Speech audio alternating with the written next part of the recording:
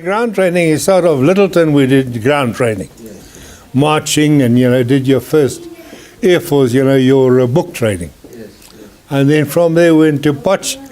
There I flew Tiger Moss. From Potch we went to Vereniging. There I flew Hawker Hearts, and from there we went to Petersburg. There I flew Oxfords and Ansons. And then I was given a job for a year in Cape Town as a ferry pilot. And that was for a year. I loved that job because as a little farm boy I saw the country, And then came the time, they said, right, time to go up north. I was sent off to Cyprus. There I did a training on 2 Beaufighters. And then I joined 19 Squadron. And I did my tour in 19 Squadron until I was shot down. He was what we called a gin man. He was an Englishman, a bull young, a Yorkshireman. One of the finest. And he was really one of the most brilliant chappies. And a real student, He had to do his job and had to do it properly, and I really had faith in old Bull. But 12 was our squadron. 12 aircraft, and put in 12 aircraft to go and attack a ship or whatever the case may be. But your cannon would go flat out. You put your rockets in, and you break away and you go home. That's all. You want to spend as little time as possible in the target area because they're throwing everything they've got at you, and you want to shoot them and get out, and that is what happened. Shipping strikes too wasn't very popular because the ships used to throw everything they had at you. I know when we was at Karlovy, it was a city or a village on the coast of Yugoslavia. And they had a big ship there, anchored there, and we were sent in to attack the ship. And of course, 12 chappies going in. In the meantime, old Jerry was sitting there with machine guns and I don't know what all. Cannon. And, well, of course, we didn't lose any aircraft, but we got the ship. And I tell you, we all had shrapnel in our wing, things like that. We were lucky to get back. Yes. There was always that factor, that you might lose a plane. Tonight, you see the thing is there too. Tonight you're having a party with old Koos, old Archibald, and tomorrow you see his plane going into the water. And Archie is gone. You never see him again. No, look, the whole thing is that you couldn't go and, what shall I say, put on a long face. You just had to go and have a few snorts. And don't talk about it, that's all. You see, you go there in the pub and have a few snorts, and tonight we'd be sitting there talking, and tomorrow one of us is missing. And you saw him going into the water, he's gone, he ain't going to come back, and that's the end of it. So you just sort of wipe it off, because that's the only way, if you had to go and do a morning service for every chappie you'd, in a squadron, there were always losses. It was 12 planes, but a crew of 2 is 24 of you. And now you see, even if you weren't killed, if you were shot down, like I was shot down, my navigator and I were both captured. That was the end of it, And they never saw us again. You see, they got my engine, and I couldn't feather that prop. That was it. They got the oil system. I just saw the oil. I just saw the oil system. It looked like smoke when the oil system just shot out. I tried to feather the prop. I stopped the engine, everything, but nothing happened. So I had to land there. You see, it wasn't.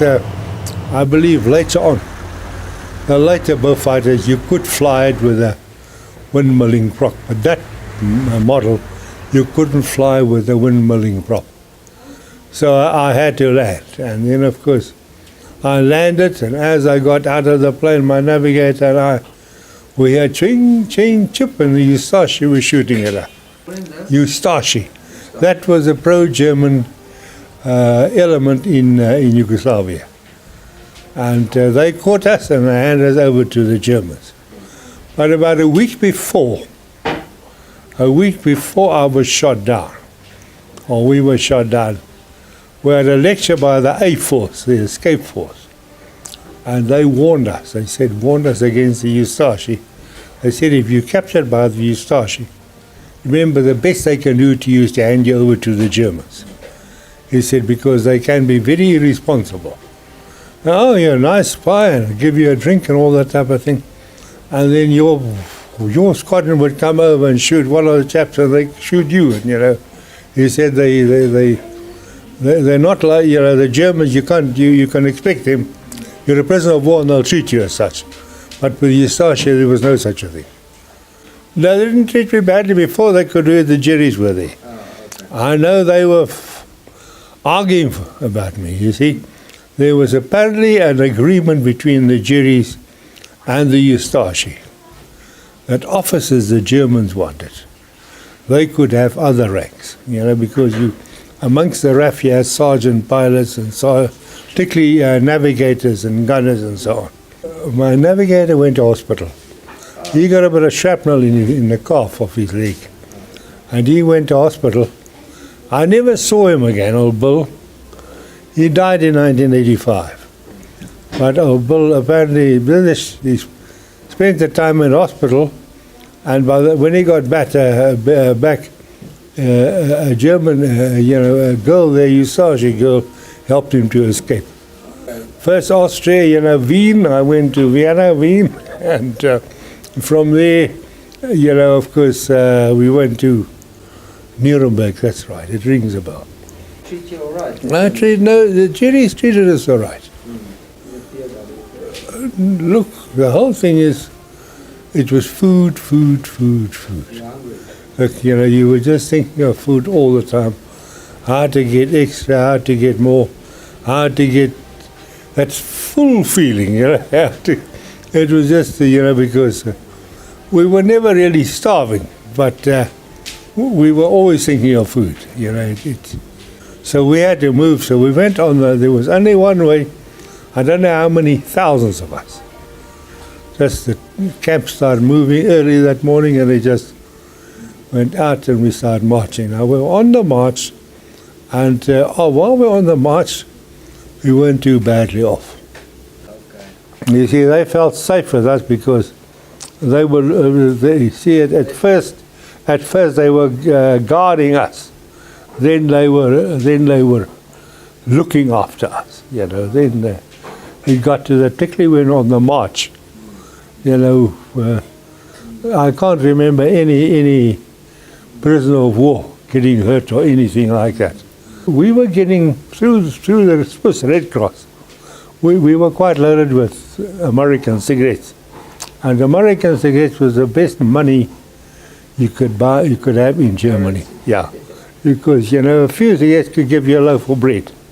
Just a few. I can't remember how many, 3 or 4 or whatever it is.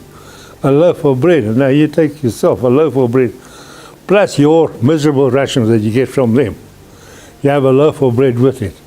Now that loaf could easily last you a week, you see, so because you just add that couple of slices with every meal, and so it made all the difference, the American cigarettes that we used to get through the Swiss Red Cross.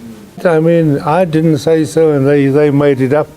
Your guards, to have such an important prisoner, the grandson of President Paul Kruger, it made them feel very great and very big. And so I became the grandson of Paul Kruger and the son of a general. So, I mean, it made a difference. I was treated with a bit more respect than the other chaps. Thinking back of it, it was a period of my life.